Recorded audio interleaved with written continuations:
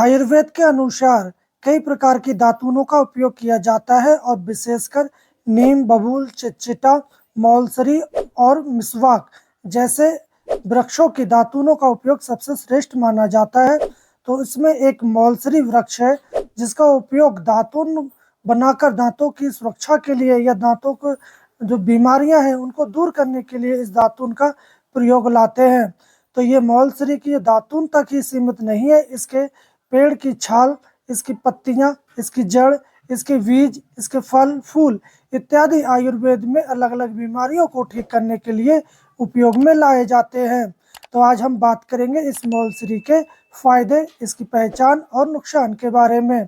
तो दोस्तों, मौलसरी को भी क्षेत्रीय भाषाओं में अलग अलग नामों से जानते हैं, जैसे कि इसको संस्कृत में बाकुल, केसर, ब्रह्मानंद, स्त्री मुख मधु, हिंदी में मौलसरी, बाकुल, उर्दू में मौलसरी और इसका लैटिन नाम मीमू शोपस एंग्लिग है। इसका वृक्ष करीब 20 से 35 फुट ऊंचा होता है। इसके पत्ते जामुन के पत्तों की तरह ही दिखाई पड़ते हैं। इसके फूल कुछ मटमैले रंग के सफेद हुए होते हैं। ये छोटे होते हैं और इसमें अत्यंत सुगंध आती है। इसकी सुगंध सूखने पर भी नहीं जाती है। इसके वृक्ष दो प्रकार के होते हैं, एक नर दूसरे मादा। जिस वृक्ष पर फल आते हैं वो मादा होती है और नर वृक्ष पर फल नहीं आते हैं।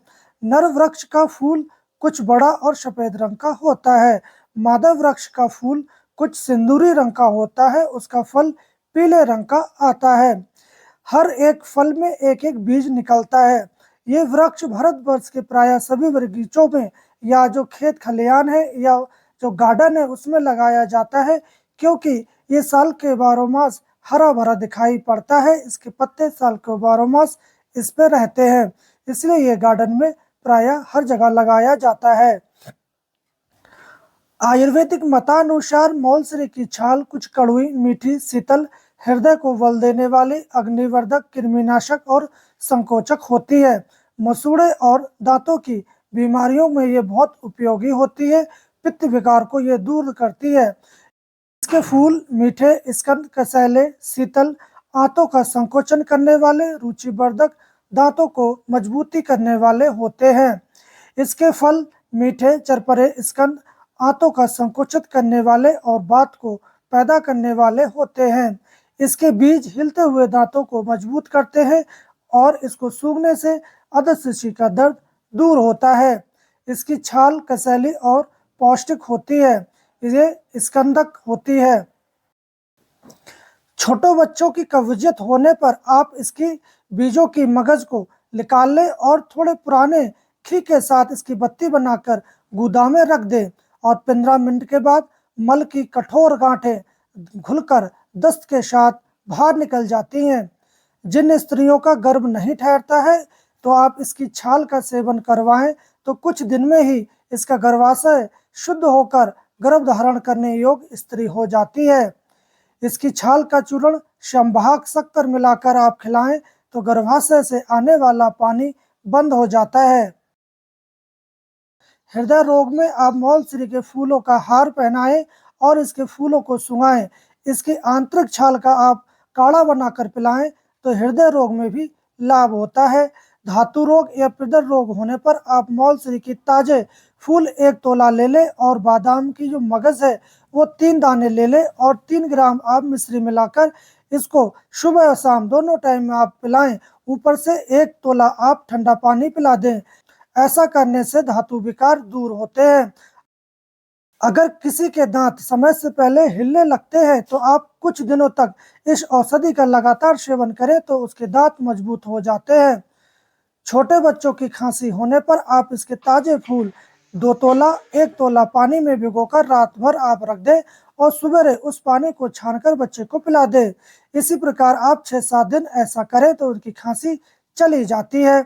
और मुख रोग या मुंह पका, मुंह में छाले होने पर मौलसरी, आंवला और खैर इन तीनों वृक्षों की आप छाल ले लें और इसका काढ़ा बना लें और दिन में 3 से 4 बार आप कुल्ला कराएं तो मुंह के छाले, मसूड़ों की सूजन या मुंह पका बीमारी, मुंह से बदबू आना, कई प्रकार की मुंह की जो बीमारियां हैं वो तत्काल दूर हो जाती हैं और इसका सेवन करने से दांतों में बहुत मजबूती आ जाती है। तो इसी प्रकार इस मौलश्री के बीजों की गिरी का उपयोग बवासीर जैसे रोग में किया जाता है। हमने कई मरीजों को करा के देखा है, जो काफ़ी इफेक्टिव और चमत्कारी है, बहुत ही जल्दी रिजल्ट दिखलाता है। तो इसके उपयोग करने की विधि कुछ इस प्रकार है। आप इसके बीज ले लें 21 नग, जो कि 3 ग्राम हो जाते हैं, और आप काली मिर्च ले लें 11 नग, इसको आप बारीक करके पीस लें। और पीसने के बाद आप एक केला ले लें और केले के अंदर आप एक चीरा मारकर उसके अंदर रखकर आप खिला दें। और इसको खिलाने के बाद 6 घंटे उस मरीज को बैठना नहीं होता है, उसको लगातार घूमना या चलना होता है। तो इस प्रकार उसको पूरे दिन भी कुछ खाना नहीं होता है, और 6 से 7 घंटे के बाद उसको मौसमी का रस पीना होता है।